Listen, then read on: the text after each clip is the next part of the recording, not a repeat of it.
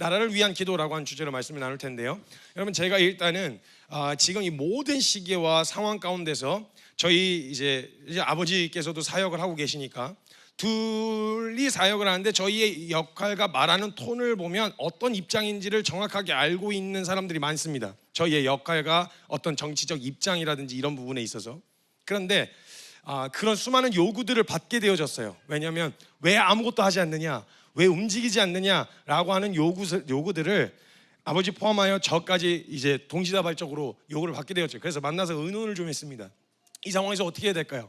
분명히 입장이 있지만 저는 제가 사역을 시작할 때는 이런 일 터지기 전에 이미 하나님 앞에 결정할 때, 하나님, 저는 복음을 전하는 그 일 외에는 저의 영향력을 어디에다가도 쓰지 않겠습니다.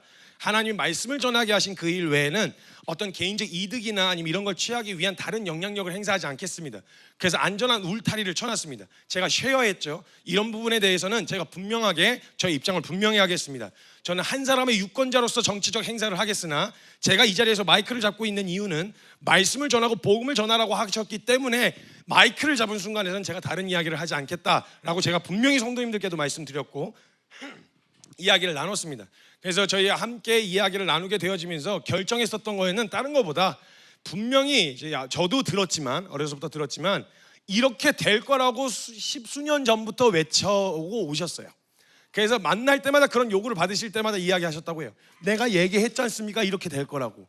정말 하나님 앞에 온전히 엎어지는 돌이킴이 아니라면 반드시 이렇게 극단적으로 치닫을 수밖에 없는 상황이 올 거라고 얘기하지 않았습니까? 그 이야기를 듣지 않고, 물론 내 말을 들으라는 게 아니라 그게 성경에 이미 있었고 수많은 깨어 계신 목사님들이 외치셨어요. 이대로 가면 안 된다. 반드시 이 꼴 난다. 갈라지고 극단적으로 모든 세대와 세대끼리, 나라와 나라가, 지역과 지역이, 정치적 입장 좌우가 반드시 이렇게 갈라질 거라고 외치셨던 기억이 제가 분명히 있거든요. 근데 결국 이 꼴 난 거죠.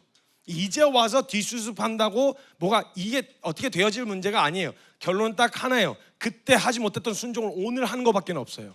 그래서 저희는 다른 것보다 그 이후, 오늘도 마찬가지겠지만 그 이후에도 저희는 이게 어떤 결과가 나게 되어질지 주님만 아시겠지만 그 결론 이후에 우리가 어떤 태도로 서야 하는지에 대한 주님 앞에 그 일을 섬기기 위해서 다른 어떤 영향력을 행사하지 않기로 약속을 했었습니다. 그래서 제가 다른 입장보다 나라의 지금 이 상황에서 기도하자 했습니다. 제가 진짜 심각하구나, 정말 한국교회가. 정말 하나님의 말씀이고 뭐고, 이게 정말 다른 게 아니라 선교사가 한 교회를 섬기는 사람이 다른 역할, 제가 정치인이 아닌데 제가 할 수 있는 역할에서 가장 중요한 메시지인 주님 앞에 엎어지자, 회개하고 돌이키자, 기도하자 했더니 제일 난리를 치는 사람들이 크리스찬들이에요. 저 진짜 기겁했습니다. 제가 그 반응을 보고. 제가 이번 정기예배 때 정기예배를 준비하면서 다른 거 말고 어떻게, 무엇이 옳은지를 어떻게 분별할 거냐, 기도하자, 하나님 앞에 엎어져야 된다, 가장 먼저 우리의 돌이킴을 요구하실 것이다, 내 원함과 내 뜻과 맞지 않더라도 하나님의 허락하신 상황에서 그걸 엎어질 수 있는 그 태도로 우리 기도하자 했거든요. 기도하자 했더니 난리가 났습니다. 실망했습니다. 행동하시는 분이신 줄 알았는데 아닌가 보네요 부터 시작해서 별의별 난리들을, 이게 기도하자는 말에 이렇게 반응할 일이에요? 기도하자는 말에 제가 뭘 하지 말자 그랬습니까? 아니죠. 반드시 저와 여러분은 가지고 있는 유권자로서 정치적 행사를 하셔야 됩니다. 어찌됐건 어느 편에 서실 거 아닙니까? 양쪽 편에 어디든 찍으실 거 아니에요. 근데 그 상황 앞서 정말 하나님 앞에서 놓치고 있는 거 없는지, 우린 그리스도인으로서 먼저 서야 되는 거니까 거기서 필요한 그 정책들을 살펴보는 우리의 태도 앞에서 정말 내가 먼저 점검하고 봐야 될 게 무엇인지 주님 앞에 기도하고 분별하자는 이 이야기가 어떻게 이렇게 교회에 받아들여질 수가 있는지 저 기겁했습니다. 진짜 이거는 나라를 위한 기도를 할 때 지금 정치적 상황을 안정시켜달라는 기도보다요, 지금 한국교회가 돌이키고 회개하고 주님 앞에 가슴을 찢고 엎어져야 될 때라는 게, 보는데 진짜 어떻게 기도하자는 말에? 기도하자면, 아니 제가 늘 말씀드리지 않습니까? 엎어지는데 누가 물에 빠졌어요. 물에 빠졌는데 거기서 기도하진 않고 건져내죠. 당연히 그 말에 무슨 의미인지를 알겠는데, 행동해야 된다는 말이 무슨 말인지 알겠는데, 문제는 기도를 놓치지 않아야 되지 않습니까? 근데 우리 안에 이미 벌써 정서적으로 깔렸어. 이미 기도에 대한 결론은 났어. 더 이상 기도할 필요도 없어. 더 분별할 이유도 없어. 왜? 이미 다 결론 났으니까. 이런 태도로 과연 있는데 서로 이게 대화가 될란가 싶은 거예요. 제가 그래서 그리스도인으로서 궁금하신 거잖아요. 어떤 태도로 지금 이 상황을 바라봐야 될지 저 개인의 이야기를 하겠습니다. 전 이 상황을 기도하면서 한 사람의 크리스찬으로서 지금 이 시대와 이 상황을 어떻게 바라보고 있는, 이걸 또 정답이라고 생각하지 마세요. 전 그저 크리스찬의 한 사람으로서 이 상황 앞에서 어떤 태도로 서야 할지에 대한 이야기를 하는 거니까, 제가 그래서 제가 원래 전투력이 없는 사람이 아니에요. 제가 원래 그런 작정하고 달려들려고 했다면, 제가 어려서부터 그랬지만 저는 행동하는 안티 크리스찬이 되려고 했어요. 근데 하나님의 은혜를 붙들어 주셔서 진짜 하나님이, 아니요, 제 성향을 알기 때문에 제가 SNS 상에서도 누구를 저격하거나 누구를 깎아내리는 절대 그런 거를 언급조차도 하지 않겠습니다. 약속을 했고요. 제 연약함을 알기 때문에. 그런 상황에서 어떤 태도로 서야 되는지에 대해서 몸부림치면서 하는데 갑자기 전투력이 상승했어요. 막 보면서 이거 무슨 꼴이야 이게 도대체, 이런 생각이 들면서 막 전투에서 상승했다가 주님이 다시 불을 끄셨어요. 니나 잘해 그러셔가지고 이제 불을 끄시고 하나님 앞에 제가 어떤 태도로 서야 되는지를 다시 점검하는 시간을 가졌습니다. 정치적인 얘기처럼 들리시겠지만 정치적인 얘기가 아닙니다. 그리스도인이라면 마땅히 서야 하고 점검해봐야 되는 영역이기 때문에 오늘 여기에 다양한 정치적 견해를 가지신 분들이 계시겠지만 오늘은 그거 내려놓으십시오. 크리스찬으로서 말씀 앞에 마땅히 반응해야 되는 이야기를 먼저 깔고 시작할 거니까 그 얘기 듣고 여러분들이 스스로 판단하시면 되겠습니다. 첫째는 회개입니다. 여러분, 돌이킴 없이 아무리 선한 말씀 들려줘도 돌이키겠다는 결정 없으면 옆에서 누가 얘기해 주는 게 아무런 의미가 없습니다. 다윗과 사울의 차이였습니다. 사울은요, 사무엘이라고 하는 하나님 앞에 정말 깨어있는 마지막 사사가 거기 존재했었는데 그 마지막 사사인 사무엘을 곁에 두고도 끝까지 돌이키지 않아서 그의 왕으로서의 인생은 끝이 났습니다. 돌이키겠다는 결정이 없으면 아무리 선한 말씀 갖다 줘도 둘러대고 변명하고 합리화시킬 수 있는 저와 여러분 안에 그런 죄성을 가진 죄인이라는 사실을 절대 간과하셔서는 안 됩니다. 그래서 지금 뭐가 맞다 분별된 이야기를 하지만 그렇게 확고하게 하나님의 뜻을 분별해서 행동하실 거였으면 우리 삶 가운데 확실하게 말씀하셨던 너 사랑해라, 기도해라, 말씀 앞에 엎어져라, 돌이켜라 라는 말씀에도 그렇게 반응하셨어야죠. 저와 여러분 삶 가운데 지금 나라를 볼 것도 아닙니다. 우리 교회는요, 여기 안에서 누누이 외쳐졌지 않습니까? 사랑하라, 용납하라, 사랑하고 붙들고 기도하자, 품자, 이 얘기 계속 해왔었는데 저와 여러분 지금 그렇게 하나님의 뜻을 선명하게 분별해 행동하시는 분들이 우리의 삶 가운데 요구하셨던 하나님의 뜻 앞에서는요, 이 돌이킴 없이 도대체 뭘 분별했고 뭘 행동하자는 겁니까? 전 진짜 기겁할 일이었어요. 이게 어떻게 회개하고 엎어지자는 말이 과하게 들릴 수 있죠?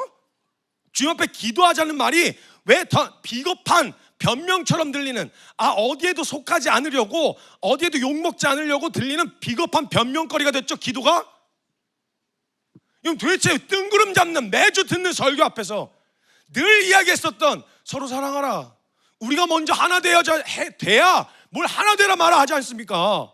여기서는요, 여기서 하나 되기 위하여 죽음의 자리에 기꺼이, 주님이 우리와 연합하시기 위해서 그리스도가 십자가를 지기로 결정하셨으니까 그 원리 따르겠다고 말한 그리스도인들은 하나 되기 위하여 기꺼이 그 자리에 들어가야 되는, 아니 고통스럽고 괴롭더라도 먼저 그 자리에 서야 되는 거 맞지 않습니까?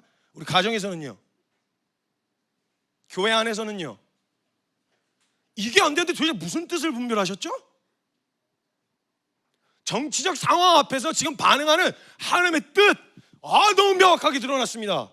이렇게 해야 됩니다. 움직여야 돼. 그러니까 우리 삶에서는요, 그 정확한 말씀을 왜 내 삶 가운데 말씀하고 계셨을 텐데 왜 그때는 반응 안 하셨습니까? 이게 과연 지금 올바른 분별을 할 태도가 준비된 거 맞습니까 이거? 그래서 기도하자 했어요. 그래서 기도하자고. 먼저 돌이킬 결정과 태도가 우리 앞에 하나님 앞에 엎어질 회개의 마음이 준비되어 있지 않는 한 아무리 이야기해도 귀 틀어막을 테니까, 내가 원하는 이야기만 들을 테니까 이거에 대한 분명한 태도와 결정 없이 여러분 시대를 분별하려고 하지 마십시오. 시대를 분간할 수 있는 자는 주님 앞에 확실하게 엎어져 회개하고 자복하고 어떤 말씀이든 내가 원하든 원하지 않든 하나님의 말씀에 엎어질 태도가 준비된 자들이 분별할 수 있는 겁니다. 그래서 기도하자 했어요. 그게 잘 안 되니까 저도 제 연약함에 머물러 있고 저의 원함과 거기에 휘둘릴 수 있으니까 물론 오늘까지 분별됨, 내일 모레까지 분별된 만큼 저도 투표를 하겠죠. 근데 그 상황에서 진짜 먼저 그리스도인이라면 다른 사람이 이익에 따라 투표할 거예요. 근데 그리스도는 이익을 따라가는 사람들이 아니지 않습니까? 분명하게 보여야 할 성경적 가치대로 투표를 하실 텐데 내가 본 영역이 옳다는 영역이 있을 거 아닙니까? 근데 그때 가장 먼저 점검해야 될 게 뭐냐? 나 정말 하나님 말씀하신 그 말씀 앞에 회개하고 엎어졌나? 아무리 선한 거라고 하더라도 하나님 지금은 아니야 라고 말씀하셨을 때 기다릴 마음의 준비가 돼 있나? 사랑했나? 엎어졌나? 섬겼나? 이거 먼저 점검하셔야죠. 무슨 입장을 내놓으라는 겁니까?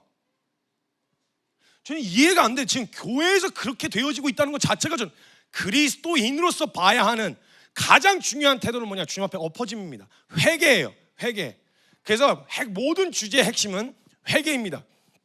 그래서 지금의 상황에서 하나님의 뜻이 정치적 상황 앞에 어디에 있다 이야기하기 전에 내 삶 가운데 확실한 하나님의 뜻에 대해 순종하고 했었는지를 먼저 돌아봐야 된다는 거예요. 그 돌이킴 없이 분별은 의미가 없습니다.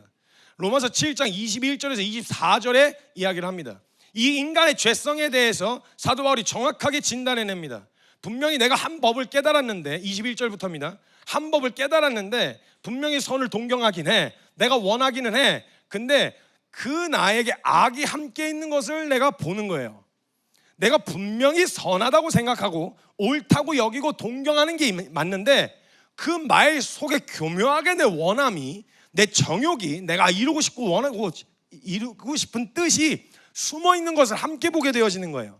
내 속사람은 분명히 하나님의 뜻이 이루어졌으면 좋겠다고 하는데 내 지체 속에서 다른 한 법이 내 마음의 법과 싸워서 내 지체 속에 있는 죄의 법으로 나를 사로잡는 것을 보는도다. 오라, 나는 공고한 사람이라. 누가 나를 이 사망의 몸에서 건져내랴. 정확하게 사도 바울이 인간의 본성과 죄성에 대해서 짚어냈어요. 여러분, 인간의 본성을 이해하고 대안을 제시할 수 있는 유일한 대상이, 유일한 존재가 그리스도인들입니다. 이걸 인정하고 엎어져서 하나님 앞에 은혜를 구했고 그 은혜로 예수 그리스도라고 하는 십자가의 은혜로 구속받았다고 고백하는 사람들이 그리스도인들이에요. 그럼 정확하게 이거에 대해서 파악을 하고 이 상황에서 정확한 대안을 제시할 수 있는 게 그리스도인들인데 같이 휘둘려 버려요. 1차원적으로 해석을 해버린 이 상황을 보고 있는 거예요. 성경을 관통해서 보려고 안 하고 그냥 이 상황에서 요 말씀 구절 따다가 요건 그래서 문제, 저건 문제가 아니야, 이런 식으로 완전히 이분분처럼 나눠버려가지고 이 상황에서 뭘 점검해야 되는지에 대해서 안 보려고 한다는 거예요. 그래서 그리스도인은 지금의 상황을 들여다볼 때 상황 그 자체보다 먼저 본질적인 것을 들여다봐야 됩니다. 그래서 제가 정치적인 상황을 들여다볼 때 점검하는 것에 대한 팁을 드릴 거예요. 제가 점검하는 겁니다. 판단은 여러분들이 하세요. 제가 그리스도인으로서 몸부림치면서 이 영역은 조심해야 되고 경계해야 되는 부분이겠구나, 내가 뭘 놓치고 있구나, 이거 항상 점검하면 지금의 시대를, 상황을 보고 있는데 거기서 보고 있는 여러 가지 요소들에 대한 이야기를 해드리려고 해요. 많은 사람들이 놓치고 있는 것이 우리가 얼마나 속기 쉬우며 스스로를 속이는 존재인지 알아야 됩니다. 여러분, 한번 난리가 났었던 게 있었는데 한 명을 살인자가 돼가지고 뉴스에 크게 났었어요. 근데 그래서 사람들이 온갖 비난을 다 쏟아냈거든요. 그런데 수십 년 뒤에 밝혀졌는데 이 사람이 무죄였던 거예요. 그랬더니 사법부로 난리 났어요. 그러니까 거기에 다 속았잖아요. 홀랑. 보여지고 들려진 것만 알거든요, 사람들은. 그리고 보고 싶은 것만 보고 듣고 싶은 것만 들어요, 사람은. 근데 정확하게 입체적으로 성경에 확실한 근거를 가지고 분별을 하겠다. 제일 먼저 난 그런 정확한 입체적으로 모든 상황을 고려해서 분별할 수 있는 존재가 아니라는 사실을 인정하지 않으면 그 상황에서 말씀을 통해서 상황을 들여다볼 수 있는 눈은 열리지 않습니다. 먼저는 인정해야 돼요. 우리가 얼마나 속기 쉬운 존재인지. 그래서 말씀 아무리 많은 걸 갖다 붙여도요, 내 안에 돌이키지 않는 태도로 서 있으면요, 그 말한 내용이 나에게 아무런 유익이 되어지지 않는다는 거예요. 그리스도를 따르려고 하는 사람은 자신의 본성이 그리스도의 말씀, 즉 선하고 옳은 것을 한편 원하지만 본성적으로 그렇게 살고 싶어하지 않는다는 걸 우리가 알 수 있어요. 그래서 그나마 그리스도인들은 그걸 깨달아 알았기 때문에 그 본성과 정욕대로 행하려고 하지 않고, 그럼 어떻게 살아야 돼요? 남들은 몰라서 굳이 거절할 이유가 없잖아요. 그럼 그냥 가면 되잖아요. 이렇게 사는데 그리스도인들은 이 본성이 나를 파멸로 이끄는 걸 알 뿐만 아니라 어떻게 살아야 하는지에 대한 방향성까지 성경에서 제시하고 있기 때문에 그리스도인들은 확실한 옳은 것을 선택하여 나아가는 방향까지 길을 보여줘야 따라올 거 아닙니까? 저리로 가라 하면 누가 가겠어요? 가는 사람이 있어야 가죠. 그러니까 증인이 필요한 거였단 말이에요. 그럼 이 시대 가운데서 길을 제시할 수 있는 유일한 존재가 뭐냐면 그리스도인이에요. 그리스도인들, 그걸 보여줘야 된단 말이에요. 말씀에 순종하지 않으면서 순종해라, 기도하지 않으면서 기도해라, 이렇게 하면 누가 하겠어요? 공부 안 하면서 공부해라, 니나 해라 이러죠. 누가 그걸 따라가겠냐고요. 그래서 먼저 그리스도인들에게 요구하시는 거예요. 먼저 책망하시는 거예요. 그들은 몰라서 그러지 않느냐. 그래서 너희는 아니까 너희가 보여줘야 그들이 따라올 거 아니냐. 이 이야기를 성경에서 하나님이 그리스도인들, 즉 이스라엘 백성들에게 그렇게 책망하시며 이야기하셨던 이유가 그것 때문이었어요. 선하고 옳은 것을 원하지만 본성적으로 살고 싶어 하지 않는 마음이 공존한다라는 거. 그래서 아차 의식하지 않으면 곧바로 본성적으로 살아가려고 하는 방향을 잡는 게 저와 여러분이라는 걸, 인간이라는 걸 우리가 알고 있어야 된단 말이에요. 그래서 내가 선한 것을 동경하지만 행할 능력도 없고 악한 것이라고 할지라도 내가 하고 싶은 마음만 있으면 선한 것으로 포장을 해가지고 그렇게 해서 그걸 결국은 하려고 해내려고 하는 그런 의도를 가진 존재라는 걸 하나님 앞에 인정해야 된다는 거예요. 선한 것이라는 명분으로 악한 길로 빠질 수도 있는 존재라는 사실. 그래서 말만 듣고 가서는 안 돼요. 성경을 통해서 시대를 봐야 되는데 그냥 말만 듣고는 너무 선한 의도니까, 말만 듣고는 너무 좋은 의도잖아요. 과연 그것만 있을까요? 그러니까 아실걸요, 여러분도? 정치인들은 정치하는 사람들입니다. 주님 따르는 사람들이 아니라. 하나님을 따르는 정치인들이 세워져야 되지만요, 정치인들은 자신의 표를 얻기 위해서는 말 수도 없이 바꿀 수 있어요. 그래서 당을 진리처럼 떠받드시면 안 돼요. 생각을 고쳐먹으셔야죠. 당을 진리처럼 떠받들면 안 된다고요. 복음보다 앞설 수 없어요, 어떤 것도. 근데 이걸 제대로 말씀과 성경을 통해서 확인하게 된 사람들은요, 옳은 길을 선택하고 싶어하고 예수 그리스도를 정말 따르고 싶은 소망을 가진 사람들은요, 그 사람들이 갖는 중요한 태도가 하나 있습니다. 뭐냐? 견제입니다. 견제. 내가 여기서부터 돌아섰고 옳은 길을 가려고 하는데 내 본성을 기가 막히게 말씀을 통해서 직면한 사람들은요, 와, 이거 나 그냥 가만히 내버려두면 말은 선한 말을 다 뱉는데, 말은 성경적이고 영적인 거 다 갖다 뱉는데, 나 이거 그냥 내버려두면 나 다시 이리로 돌아가기에 뻔한, 나 여기로 돌아갈 수밖에 없는 존재다. 그걸 아는 사람은요, 자발적으로 자신이 견제가 가능한 상황에다 자신을 집어넣기 시작해요. 삶을 노출시키고요, 공동체 가운데 쉐어하고요, 이 삶의 견제가 될 수 있는 안전장치들을 치기 시작합니다. 그렇게 안 하면 얼마든지 좋은 길로 시작했다가 중간에 악한 의도로 빠질 수 있는 위험성이 항시 존재하는 존재이기 때문에 그걸 인정한 사람은 자신을 항상 견제해요. 견제할 상황이 내버려둬. 그래서 극단적으로 헌신한 사람들에게만 그런 삶을 사는 게 아니고요, 예수 진짜 제대로 따라가고 싶어하는 사람들은 주변에 항상 자신을 견제할 수 있는 요소들을 곁에 뒀어요. 노출시키고 되다 보이고. 왜냐하면 내가 어디에서 어두운 데서 뭘 하고 있는지 내가 아니까 견제할 수밖에 없는 상황. 그래서요, 공동체를 찾게 되어지는 건요, 오프라인 예배로 나오세요 얘기하고 하게 되어지는 건요, 내가 그냥 말씀 듣고 혼자 예배 드리는 거 예배죠. 그것도 한 부분과 파트가 될 수 있겠지만요, 우리의 삶이 충분히 공동체로서 견제되어지지 않으면, 그리고 그게 브레이크가 잡히지 않으면 내가 어디로 달려갈지 폭주기관차처럼 달려나가는 그런 존재일 수 있다는 걸 우리가 잊지 않아야 된다는 거예요. 그래서 그리스도를 진짜 진정 따르고 싶어하는 사람들이 항상 가졌었던 태도, 첫 번째는 돌이킨 사람이 예수를 정확하게 따르기 위해서 취했던 태도가 뭐냐면 견제입니다. 견제받는 상황이 됐어요. 이거 불편해요. 누가 결정권을 혼자 가지고 독점하게 되면 제일 편해요. 내가 원하는 뜻대로 휘두르면 되니까. 근데 만약에 뭐 하는 일마다 사사건건 뭔가 걸림이 되고 부딪히게 되어지면요, 이렇게 되어지면 불편해져서 내 본성상 견제할 만한 대상을 옆에 두고 싶어 하지 않아요. 말 통하고 말 잘 듣고 대화가 되는 사람은. 근데 여러분, 성장의 과정을 한번 보세요. 여러분, 언제 성장하셨습니까? 성장은 마음 맞고 잘 맞는 사람들하고 성장하지 않았어요. 대부분 치열하게 정말 맞지 않고 내가 하는 말마다 진짜 사사건건, 어떻게 얘 그러기 위해 태어난 사람, 넌 나를 방해하기 위해 태어난 사람, 이런 얘기가 나 찬양을 불러주고 싶을 만큼, 야, 이게 사사건건이래, 사사건건. 근데 그 과정을 통해서 다시 한번 점검하게 되고 다시 한번 확인하게 되고, 진짜 돌이키려는 마음 없잖아요. 아주 고집스럽게 막 박터지고 싸울 거예요. 근데 만약 돌이키려는 마음이 있었다면요, 주님을 진정 따르고 싶은 소망감이 있었다면요, 내가 항상 선하지 않다라는 걸 알고 있었던 사람들 그 이야기를 들어는 보겠죠. 기분은 나빠도 점검해 본다고요. 견제의 요소를 반드시 곁에 둡니다, 여러분. 그래서 성경에서 드러내 주신 죄인의 본성을 제대로 경험하여 알고 있는 그리스도인들은요, 자신에게선 결코 선한 것이 나올 수도 없을 뿐만 아니라, 말씀을 따르지 않고는 선한 것이 나올 수 없을 뿐만 아니라 그걸 행할 능력도 없다는 것을 인정한 사람이라면, 그리고 옳은 길, 즉 길 대신 예수를 쫓아가려고 할 때 반드시 스스로 견제할 수 있는 환경에 두려고 합니다.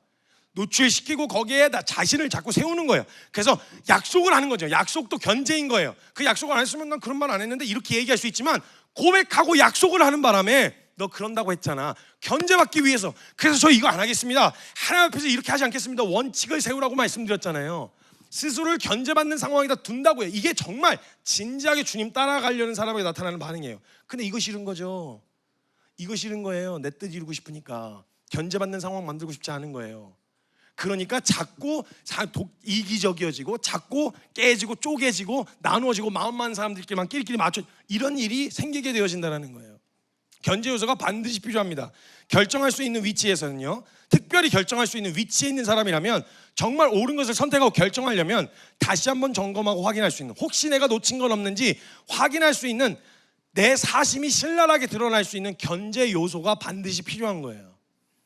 말씀드렸던 것처럼 다윗은 하나님을 사랑하는 사람이었어요. 하나님 보시기에도 다윗 왕과 같은 사람이 없었어요. 그러나 다윗조차도 인구조사와 밧세바를 범하는 사건이 있었어요. 결국 주님 앞에 그는 항시 주님께 돌이키려는 마음이 있었기 때문에 하나님 앞에 엎어지긴 했지만, 가만히 들여다보면 나단이 짚어주기 전까지는 다윗이 돌이킬 생각을 안 했어요.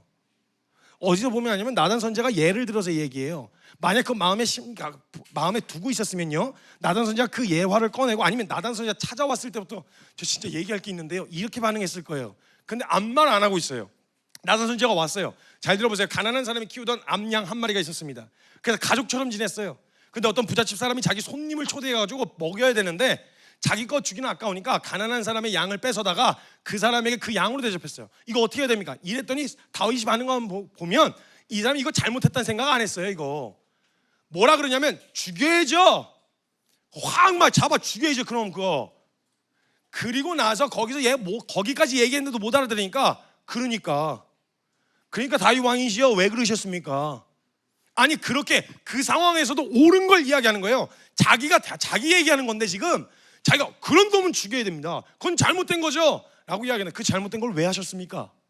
이렇게 물으니까 꽝 하고 그때서야, 만약 이 견제가 없었다면요, 다윗에게 몰라, 알고도 돌이키지 않으려고 했었던, 알고도 그게 잘못됐다고 인식하지 않고 있었던 사람에게 이 견제의 요소가 없잖아요. 안 바뀌어요. 사람 돌이키지 않아요. 그러니까 그렇게 선한 왕이었던 다윗 왕에게도 옆에도 나단 선지자를 두신 거예요. 하나님이 견제되어야 되니까.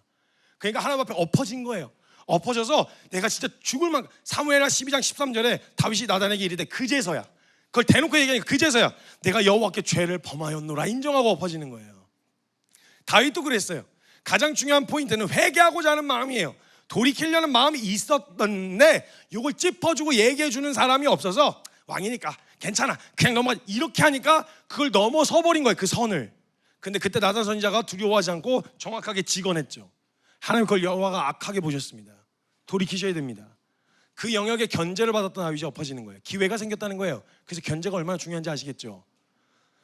근데 사울은요 처음에 겸손한 사람이었어요. 사무엘상 9장 22절에 왕으로 세우겠다고 결정했다고 사무엘이 얘기하니까 사울이 아니에요, 저는 가장 작은 사람입니다, 가장 그 지파 중에서도 가장 작은 사람이에요 라고 이야기하는 겸손함을 보여요. 근데 그 겸손이 오래가지 않았어요. 권력을 쥐면 반드시 타락합니다. 이거는 그냥 다른 거 없어요. 반드시 타락합니다. 견제 요소가 적을수록 무조건적으로 타락합니다. 속도가 더딜 뿐 반드시 돌이키고자 하는 마음과 주님 앞에 인정한 겸손한 태도와 견제 세력이 있어야 그나마 유지가 되는데, 없으면 무조건 타락합니다. 그러니까 어떻게 돼요? 견제 세력인 사무엘의 말을 듣지 않기 시작합니다. 안 들어요. 그리고 온갖 합리화할 만한 좋은 명분들을 가지고 사무엘에게 둘러대고 변명하기 시작합니다. 사무엘이 그에 넘어갈 사람이 아니죠. 이걸 직원해 줄 수 있는 사람이 교회인데, 지금 시대에서 교회가 그 역할을 해야 돼. 이걸 아니까, 그 본성을 알고 있으니까 이걸 직원해 줄 수 있어야 되는데 같이 갈려버렸어요. 같이 휘둘려버렸어요. 정치인들 말에 같이 휘둘려가지고 지금 교회가 같이 정치판에 뛰어들어가고 난리가 났어요. 정치판에 뛰어들지 말라는 말이 아닙니다. 우린 책임이 있기 때문에 정치해야 돼요. 유권자로서 반드시 정치해야 됩니다. 근데 같이 휘둘리고 앉아있어요. 이거 맞습니까 이거? 아니, 같은 하나님 섬기는데 다 죽일 놈이야. 전부 다 배도자고. 사울은요 하나님 앞에서 결정하고 실행에 옮길 수 있는 권한이 주어지자 권력을 독점하려고 했습니다. 견제 세력을 제하려고 했어요. 내가 스스로 내가 지지를 받고 움직이려고 했죠, 내 원함을. 그래서 하나님은 사무엘이라는 사사를 통해서 사울을 견제하게 하셨어요. 그러나 돌이키려고 했었던 마음이 없었던 사울은 견제가 아무런 의미가 없었어요. 이처럼 하나님께서는 왕이란 직책을 주셨지만 견제할 요소를 항상 곁에 두셨습니다. 인간의 본성이 어떠한지 아니까. 그래서 모세도 마찬가지였고 그 외에 이스라엘 백성들에게서도 마찬가지였습니다. 이스라엘이 선택받은 백성이었지만 이스라엘을 견제할 세력을 항상 옆에 두셨어요. 좋은 의미의 견제 세력이든 나쁜 의미의 견제 세력이든 견제하게 하셨어요. 좋은 의미의 선민의 정체성을 가지고 있었어요, 이스라엘 백성들이. 그래서 좋은 의미로는 근데 이 구원을 독점하려고 하는 거예요. 또 우리는 특별해, 우리만 구원받았어, 이걸 독점하려고 하니까 명확하게 주님 말씀하셔서 예수님을 통하여 말씀하시면서 아니야, 원 가지도 너 떨어져 나갈 수도 있어. 접붙임 받은 가지가 원나무 뿌리에 진액을 받게 될 수도 있어. 너 경계해. 너 그거 그냥 이스라엘 백성 안에 있다고 해서 너 그거 구원받는 거 아니야. 구원이 너희 거 아니야. 독점하지 마 해서 이방인들을 통해서 이스라엘을 견제하셨어요. 우리만 특별한 사람들이 아니구나. 우리만 구원을 독점할 수 있는 게 아니구나. 혈통으로 그래서 얻을 수 있는 구원이 아닌 거구나. 견제를 통해서 이스라엘을 깨우셨다고요. 이방인들에게도 동일한 구원이 있음을 명확하게 이야기해 주시면서 이스라엘을 견제하셨어요. 왜냐하면 독점하게 되어지는 순간, 여러분 생각해 보세요. 모두 이제 교회가 진짜 막 부흥하고 그냥 막 다 모든 사람들이 교회를 찬양하고 막 이렇게 되면 어떻게 되는 줄 아세요? 반드시 종교개혁할 날이 옵니다. 그게 타락한 로마가 기독교를 국교로 채택한 이후에 벌어진 상황이었어요. 권력을 독점하면 반드시 타락합니다. 이게 인간의 본성인 걸 알고 있어요. 사람들은 다른 거 생각 안 하고 개인의 이익을 위해서 움직인다지만 명확하게 개인의 이익이 위해서가 아니라 옳은 것을 따르려고 하는 반응으로 반응하는 사람들이 그리스도인들이에요. 그럼 이거 아셔야죠. 견제가 필요하다는 걸. 진지하게 정말 주님 따를 거라면 확실하게 견제 요소가 있어야 된다는 걸. 불편하고 어렵지만 그 견제가 되는 상황에 날 집어넣어야 된다는 걸 이걸 하셔야죠. 근데 닫아버려요. 그래서 내 뜻 이루려고 하면 아무리 그게 맞는 거라도요, 이게 맞다고 그 다음부터는요 하나라도 얻어 걸리잖아요. 내가 맞아. 그래서 내가 하던 모든 게 있어서 남의 말 안 듣고 하던 게 5개에서 4개가 실패하고 하나만 성공해도요, 하나 성공한 걸로 거봐, 내가 분별해서 내가 옳은 거 선택한 거야, 내 말이 무조건 진리야, 이런 식으로 반응한다고요. 이게 인간이에요. 제 이 본성에 대해서 누누이 말씀 가운데 이야기했지 않습니까? 교회 사역 혹은 다른 어떤 걸로 내 믿음을 대변하지 못하게 우리 정말 우리의 실력은 내 삶 가운데 실제로 드러나야 된다. 말씀이 실제가 돼야 된다. 제가 누누이 교회에 괴착한 이래로 내내 다른 어떤 사역보다 내 삶의 실제가 되는 믿음, 이거에 대해서 강조했지 않습니까? 이 본성에 대한 반응이 돌이킴 없이는 교회 커져봐야 아무런 의미 없다고 제가 협박까지 하면서 그런 거 안 하면 교회 공중분해하면 그럼 유지할 이유가 없다고 제가 그렇게 누누이 말씀드렸지 않습니까? 그러면 그걸 써볼 수 있는 내 믿음의 실력을 확인해 볼 수 있는 데가 언제예요? 사랑할 수 없는 사람 만났을 때 아니에요? 용서할 수 없는 사람 만났을 때 아니에요? 물론 사랑을 완벽하게 해놔서 막 그 사람이 사랑스러워 보이기까지 해라 이 말이 아니에요. 근데 사랑하려고 하는 그 방향을 놓치지 않으셨냐고요. 누구 탓이다, 저 사람 탓이다, 상황 탓이다, 이게 문제다, 저게 문제다. 보세요. 뒤에 보여드릴게요. 그런 반응, 태도를 유지하면 어떻게 나는지 이게 시대적으로 그냥 나타나고 있어요. 그래서 그리스도인들은 주님을 따르기를 소망하는 마음이 짙을수록 자신의 능력과 원함을 신뢰하지 않아요. 자신에게 많은 권한이 주어졌어도 반드시 자신을 더 견제할 수 있는 환경을 조성하게 만듭니다. 다른 말로 자신이 은혜 때문에 살게 된 죄인이었음을 의식할 수 있는 환경이 있죠. 죄인의 원함대로는 결코 할 수 없는 환경을 조성해요. 내 의적으로 잘 못한다는 걸 알고 있으니까, 언제든 엎어질 수 있는 존재라는 걸 알고 있으니까 의지적으로 그 환경을 조성합니다. 그래서 공동체성을 더 짙게 해서 자신의 삶을 노출시키고 분명한 기준을 정하고 부단히 견제받으려고 했습니다. 저는 리더입니다. 공동체 선교 단체에서도 대표의 역할을 맡고 있고 지금 여기서도 담임의 역할을 맡고 있습니다. 결정하고 선택할 수 있는 위치에 있습니다. 그래서 견제받을 상황을 만들 수밖에 없었어요. 그런데 견제를 받고 나는 유익이, 제가 진짜 신경질 날 때가 있거든요. 야, 얘 왜 사사건건 내 말에 반대하지? 이런 생각이 들 때가 있어요. 신경 날 때가. 이게 맞잖아. 결국 이게 옳은 거잖아. 내 얘기 좀 듣지 왜 이렇게 말을 안 들어? 이런 생각이 들 때가 왜 없겠어요. 근데요, 그 과정에서요, 그 방향이 더 선명해지고 분명해지고 그럼에도 불구하고 이거에 대한 확신이 생기게 되어지는 경우가 반대에 부딪혔을 때였어요.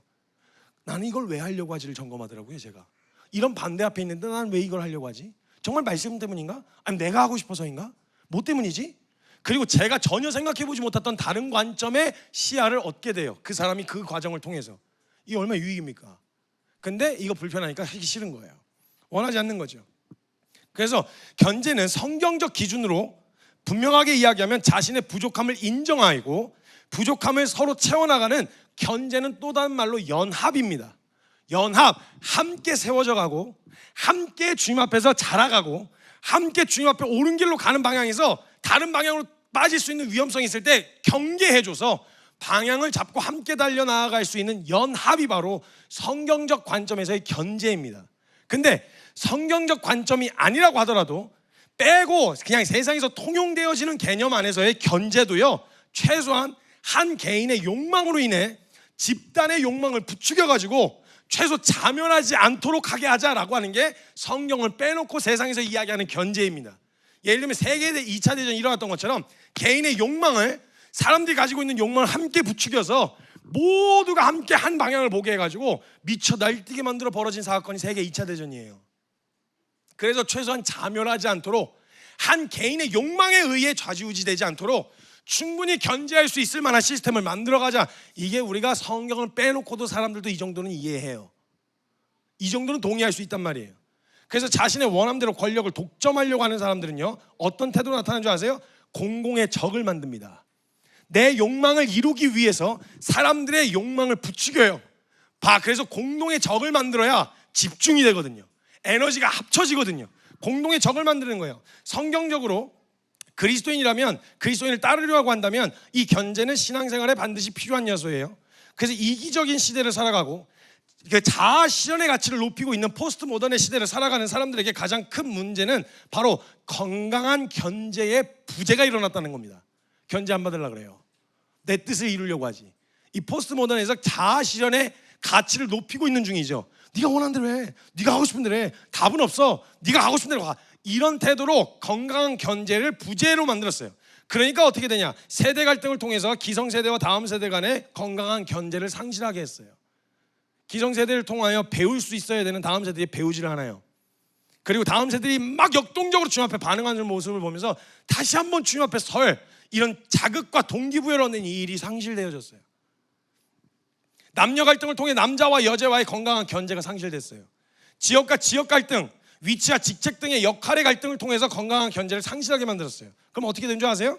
한쪽에서의 권력, 이익을 독점하기 위해서 공공의 적을 만드는 거예요. 다음 세대의 적은 꼰대, 여자의 적은 남자, 노동자의 적은 자본가, 전라도의 적은 경상도, 경상도의 적은 전라도, 좌파의 적은 우파, 우파의 적은 좌파, 이러고 만들어 놓은 거예요. 공공의 적을 만들어서 원함과 그 욕망을 부추겨야 같은 선상 안에서 같은 노선을 타니까 적을 만든다고, 공공의 적을 만드는 거예요.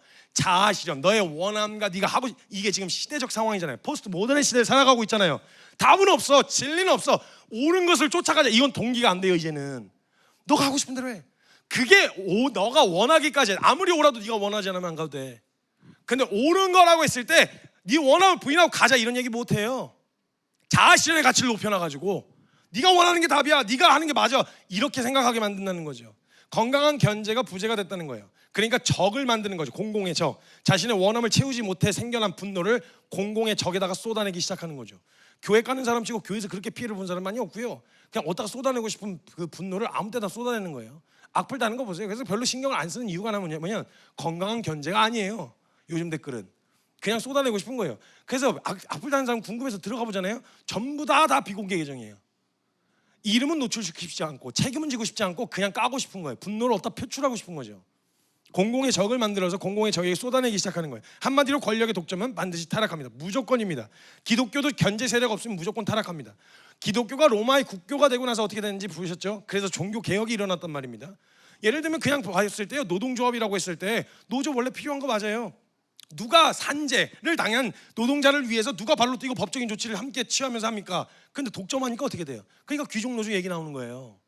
정치적으로나 종교적으로나 우리 크리스찬인 살아가는 신앙생활 안에서 견제 세력 없으면 인간은 반드시 타락합니다. 얼마나 죄인인 인간에게 견제가 필요한지 아시겠죠? 동의가 되십니까? 동의가 되시죠? 이 관점으로 정치도 돌아와 봅시다. 우리가 어떤 태도로 어떤 관점으로 봐야 되는지. 가장 본질적인 사상의 문제로 가면요, 가장 크게 대립하는 부분이 바로 자유민주주의와 사회주의 아니겠어요? 이 영역에서 뭐가 맞느냐라고 이야기했을 때는 인간의 가장 본질적인 문제와 성경적 대응에 가장 부합하는 게 바로 자유민주주의입니다. 왜냐하면 자유민주주의는 단순히 개인의 자유를 보장하라는 말이 아니에요. 원하고 하고 싶은 대로 살라는 말이 아니에요. 책임과 의무 안에서 거기서 허락된 만큼의 자유를 누리라는 말이에요. 그래서 견제할 수 있는 견제 세력을 반드시 옆에 둡니다. 독점할 수 있는 구조를 만들려고 하지 않아요. 그게 개인 자유민주주의의 핵심입니다. 그래서 어느 곳에든 선택하고 결정할 수 있는 모든 기관들이 독립적으로 존재하지만 그 기관들은 다른 기관에 의해 견제받게 시스템이 만들어져 있어요. 그래서 삼권 분립, 사법부, 입법부, 행정부가 나눠져서 만약에 입법부에서 아무리 많은 정책들을 집어넣어도 거부권을 행사할 수 있고 그거에 대한 명명백백하게 다른 어떤 사심은 없는지, 그게 정말 있잖아요. 정치 청렴한지 점검하고 확인하고 검증하는 과정을 수도 없이, 그래서 청문회 하잖아요. 청문회 과정을 통해서 견제하게 만든단 말이에요. 그래서 독립적인 기관으로 검증하고 확인하고 견제하는 역할을 하고 있어요. 그래서 만약 그냥 사태로 봤을 때 이번 계엄령 때문에도 국회에 견제가 있었기 때문에 무산이 됐잖아요. 그 상황이 벌어졌을 때 국회가 견제했잖아요. 그러니까 만약 거기에 유혈 사태 났으면 진짜 큰일이죠. 근데 분명히 제가 그 상황이 딱 터졌을 때 보고 나서 어이구 이거 어떡하냐 하다가 금방 무산되겠지. 왜냐하면 이걸 진행할 수 없을 만큼 국회 다수의 의석이 차지하고 있었어요. 반대 세력이. 이거 이렇게 끝날 거라는 걸 그동안 누가 봐도 다 알고 있었던 얘기였단 말이에요. 견제를 하고 있었단 말입니다. 서로가 서로를 견제. 그래서 아무리 그냥 이 당에서 추진하고 있는 정책들이 있어도 이쪽에서 아니요 그렇게 돼서는 안 됩니다. 이런 부분을 생각해 보셨어요? 그래서 보완되고 그리고 정책을 한번 다시 점검하고 그리고 모두가 합의할 수 있는 정책으로 개선이 됐을 때 입법을 통해서 헌법에 명시되어진 법의 효력을 발휘할 수 있는 건데, 문제는 견제 없이 아무나 자기가 원하고 자신의 권력을 지키기 위해서 법을 그냥 막 갖다 통과한다고 생각해 보세요. 무슨 일이 일어나나. 견제가 필요하죠. 이건 성경적으로도 마찬가지지만 우리가 이 땅을 디디고 살아가는 내내 가운데서도 반드시 존재해야 되는 상황이라는 말이에요. 그래서 이게 견제가 돼 있단 말이에요. 그에 비해 사회주의는요, 공산주의는 정확하게 성경을 위배하고 있습니다. 이건 전제 자체가 칼 마르크스가 주장했었던 그 내용의 핵심, 이 정책이 결국 추구하는 가치는 뭐냐? 누구의 도움 없어도 인간은 선하고 의롭고 착하고 성실하며 지혜로웠기 때문에 인간들이 합심하면 우리가 원하는 파라다이스를 만들 수 있다가 핵심이에요. 전제가 거기서부터 시작한다고요. 그래서 원시공산사회에서부터 시작된 사유재산이 없었던 시대에서, 그때가 원시공산사회라고 말해요, 칼 마르크스가. 그 다음에 사유재산제가 생겨요. 노예제가 생기죠. 그 다음에 봉건제, 그 다음에 그 봉건제가 무너지고 나서 산업혁명이 일어나면서 자본가들이 등장합니다. 자본주의가 들어서죠. 근데 자본주의는 반드시 무너질 수밖에 없다. 자본가들과 노동자 사이의 갭이 너무 커서 무너질 수밖에 없는데, 이쯤 산업혁명을 통해서 나라가 세팅이 되어지면 그 이후에 프롤레타리아 혁명을 통해서 자본가들을 숙청해버리고 그 기반이 되어진 사회적 시스템 안에서 원하는 만큼 뽑아내고 원하는 만큼 얻어내서 모두 함께 공평하게 나눠서 정부에서 일괄적인 컨트롤을 해서 이걸 동일하게 나누면 그럼 우리가 원하는 파라다이스 이룰 수 있다. 누구도 굶지 않고 차별 없는 세상. 그럼 그거 나누는 놈은요? 그거 나누는 놈이 자기도 떡 한 덩이만 받을까요?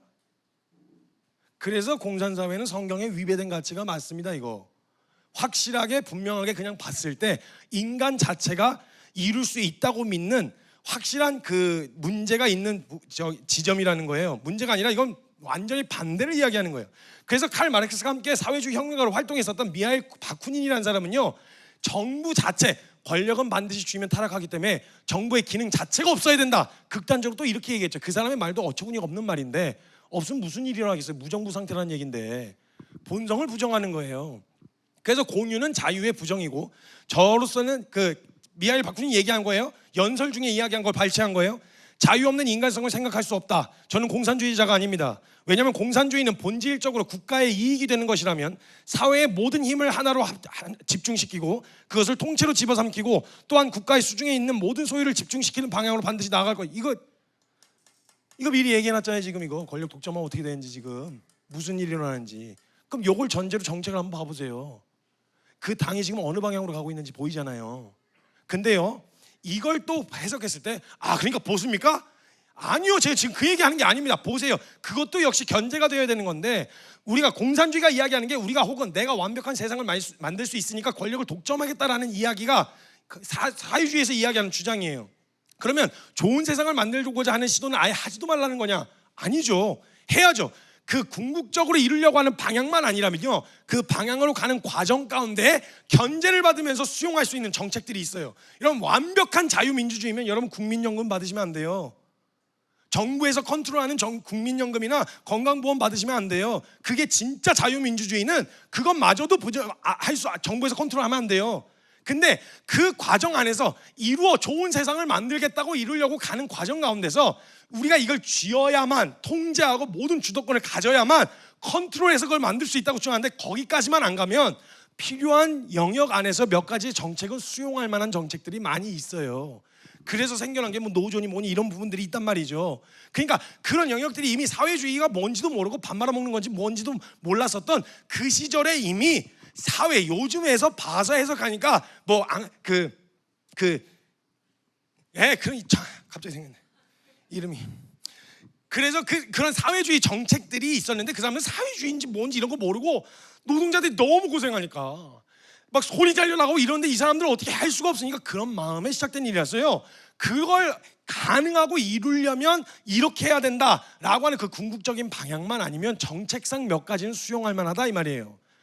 그래서 그 시도조차 하지 말라는 말은 아니에요. 근데 그 선안에서 주장하는 몇 가지의 정책들은 자유민주주의 체제 안에서 수용할 수 있을 만한 적절한 견제를 받으면서 권력이 독점되어지지 않도록 견제를 받으면서 수용할 수 있을 만한 것들이어야 된다는 거죠. 그게 아니라면 아까 말씀드렸던 국민연금제도라든지 의료보험제 같은 혜택도 그 부분 중에 하나거든요. 좀 더디더라도 충분히 견제되어질 수 있는 체제 안에서 수용할 수 있는 것들을 하나씩 풀어가야 돼요. 더디더라도. 동의하는 정책 몇 가지는 있지만 궁극적으로 추구하는 바가 비성경적이며 절대 이루어질 수 없어요. 진짜 죄송합니다. 그냥 이야기하면 제가 그냥 보기에 지금 현재 말하는 좌파에 그들이 이루고 싶은 궁극적인 방향과 목적은 사회주의가 맞습니다. 이건 부정할 수가 없어요. 그 정책 몇 가지만 묶어서 봐도 보여요. 그게 궁극적으로 어디로 갈 거냐. 그러나 정책 몇 가지에 의해서 지금 나 판단하는 게 아니라 그 당이 자유민주주의 체제 안에 있으니까 그들은 존재해야 돼요. 그래야 독점하지 않고 견제받으면서 우리에게 필요한 정책들을 받을 수가 있단 말이에요. 그럼 제가 이렇게 거꾸로 말하면 보수가 그러면 성경적인 겁니까? 아니요. 제가 다시 말씀드리지만 정치인은 복음을 따르지 않아요.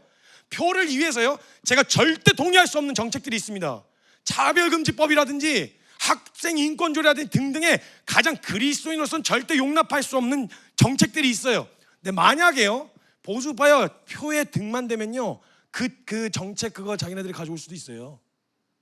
지금 정치적으로 반대를 위한 반대가 이루어지고 있어서 하나의 정책을 가지고 만들고 세워서 함께 국익을 위해서 국민들을 위해서 의논해보고 이런 게 아니라 지금 정치를 위한 정치를 하고 있고 그게 그 자신의 표를 위한 반대를 위한 반대를 하고 있어가지고 지금 이걸 완전히 극단적인 상황으로 만들어버린 거예요. 만들어진 상황이란 말이죠. 그러니까 지금은 정책 몇 가지 본다고 될 일이 아니라 이 정책에는 이걸 동의하는 것도 있는데 절대 동의 못하는 게 있어요. 저 민주당의 정책에 동의하는 것도 있는데 절대 동의 못하는 게 있어요. 근데 그 민주당 지지하시는 분들은 그래요. 제가 그건 아니잖아요. 이거는 할 수가 없잖아요 라고 이야기하면 맞지. 근데 사역하고 있는데 이익이 되어지는 정책들이 있는 거예요. 실제로 소외된 사람들을 돌보고 여러 가지 상황에서 이익이 되는 요소들이 있는 거예요. 분명히.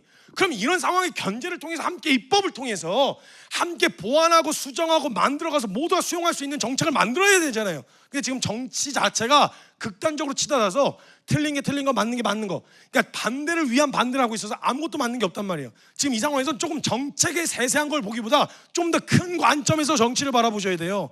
이걸 물으셔야죠. 지금 충분히 견제가 되고 있는가? 지금 요 대선 지나고 나면 어느 한 당에 완전히 집중된 세력이 생기지 않고 충분히 전 지금 보수 지지해라 좌파 지지해라 이 얘기하는 거 아닙니다. 지금 자유민주주의의 가장 핵심적인 정책이 그 체제가 견제예요. 건강한 견제. 그럼 만약 이 관점으로 들여다봤을 때 그리스도인이라면 이거 인간의 본성이 이렇게 되면 아무리 내가 원하는 정책 가지고 있어도요 말 싹 바꾸는 거 한순간이에요. 이게 맞지 않으면 말 바꾸는 거 한순간이에요. 보수가 복음이다 그런 게 어디 있어요? 같지도 않은 소리를 어떻게 복음을 정치에다 갖다 바쳐요? 이거 말이 안 되는 거예요 이거. 근데 여기에 같이 농락을 당하고 있는 거예요 크리스찬들이. 그럼 좀 더 떨어지셔 보셔야죠. 객관적으로 지금 상황에서 충분히 견제받을 수 있는가, 사회적 시스템 안에서 건강한 견제가 이루어지고 있는가, 그리고 나서 판단해서 결정하시라고요. 근데 이 영역에서 무조건적으로, 그래서 저도 분명한 건 절대 동의 안 되는 부분들이 많이 있어요. 그래서 당을 진리처럼 보시면 안 돼요. 저는 만약에 제 믿는 바 정책, 주님을 따르는 영역에 있어서 절대 동의할 수 없는 정책을 어느 당에서 지지하든 보수든 진보든 상관없어요. 반대할 거예요. 제가 가진 정치적 영향력으로 행사할 거예요. 분명히 나서서 제가 할 수 있는 역할을 할 거란 말이죠. 각 당을 지지하시는 분들, 각 정당에 있는 사람들, 그 권력 그 자체에 대한 욕심이 없다고 보십니까 지금? 절대적으로 지지하셔서 요지부동 전혀 다른 거 생각 안 하고 거기에 완전히 이렇게 꽂혀 계신 분들 계시잖아요.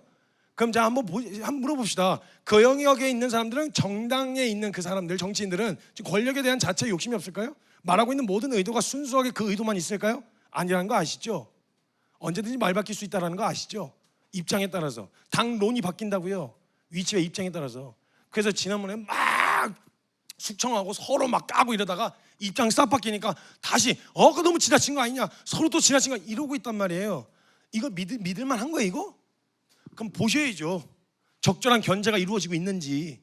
좀 멀리 떨어져. 지금 당 정책 자체를 보고 결정해야 되는 거 두 분들도 있죠. 그 외에는 본인들의 이익을 위해서 움직여야 되겠죠. 그러나 그 영역에서 가장 중요한 건 뭐냐? 적절한 견제가 이루어지고 있느냐는 거죠. 여러분 보시기에 각 정당을 지지하시는 분들은 없다고 말 못하시겠죠.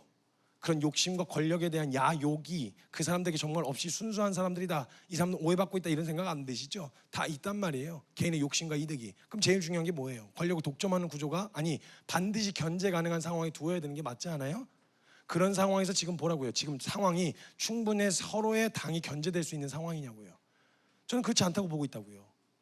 그렇다면 이 전제를 앞두고 있는 상황을 이제 보시라는 거예요. 그 상황 앞에서 알아서 판단하시고 결정하세요. 이젠 그리스도인으로 어떻게 서야 되느냐를 자꾸 묻길래, 제 입장을 묻길래, 저는 지금 상황에서 그런 관점으로 봤을 때 안 되겠다, 지금의 상황에는 충분한 견제가 필요하겠다. 비록 한 표이지만 이 한 표를 가지고 자유민주주의 체제가 유지될 수 있는 가장 건강한 방향으로, 충분히 견제될 수 있는 상황으로 난 내 정치적 영향력을 행사해야 되겠다, 이 방향으로 결정한 거예요. 근데 만약 제가 다른 주님을 따라가는데 정치적 영향력과 상관없이 무슨 일이 일어났다, 뭐 차별금지법 통과되고 무슨 일이 일어났다, 전 그래도 벌금을 때려 맞든 법적인 조치를 당하게 되더라도 저는 제 그리스도의 양심을 따를 거예요. 주님을 따르는 양심을 따를 거예요. 어떻게 해도 어떤 상황이 벌어져도 교회는 교회예요. 그러나 지금 이 상황에서 먼저 앞두고 있으니까 이 상황에서 먼저 분별하셔야 되는 건 먼저 이 건강한 견제가 이루어지고 있는지를 보시라는 거예요. 신앙에서도 이렇게 중요한데 나라 안에서도 이 건강한 견제가 이루어지는 기독교 가치로 바라보시라는 겁니다. 좋은 명분을 가지고 있다라고 하는 뭐 차별금지법, 말만 들으면 진짜 무슨 그거 반대하는 사람은 죽일 놈인 줄 알겠어요. 근데 그게 충분히 보완되고 충분히 돼서 장애인 개별적 차별금지법처럼 분명한 사례와 팩트를 근거로 할 수 있는 차별금지법은 전 동의할 거예요. 무슨 일이 있어도 같이 협력할 거예요. 근데 만약에 팩트를 근거로 한 게 아니라 본인의 느낌과 정서나 그런 기분을 들었어요, 그런 느낌이 들었어요 라고 하는 것도 법적인 효력을 행사할 수 있는 법이 통과된다면 무시무시한 일이 일어날 거라는 게 불보듯 뻔하기 때문에 전 그래서 더 이 영역에 있어서는 동의할 수가 없는 거예요.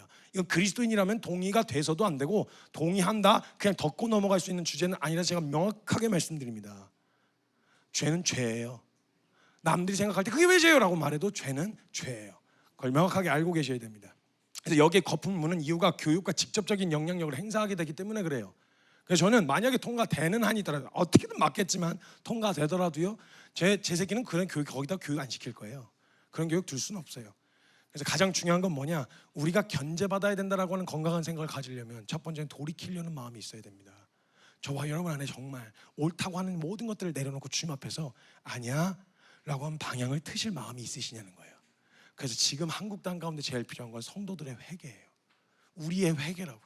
돌이키겠다는 의지, 주님 앞에 돌아가겠다는 결단, 이게 주님 앞에 있어야 된다는 거예요. 이어서 계속 한국을 위한, 나라를 위한 기도로 이어갈 거예요. 시간이 좀 걸리더라도 정말 한국을 위해서 기도하셔야 돼요. 그래서 오늘 이 시간 같이 기도할 텐데 부모님들은 아이들을 좀 케어해 주시고, 또 너무 어려워하면 밖으로 이렇게 나가서 이렇게 하셔도 되니까요. 오늘 조금 시간이 더 걸리더라도 정말 나라를 위해 중보하고 기도하는 시간을 가지려고 합니다. 먼저 이 시간 잠깐 같이 함께 좀 기도했으면 좋겠습니다. 사랑하는 여러분, 기도는 비겁한 변명이 아닙니다.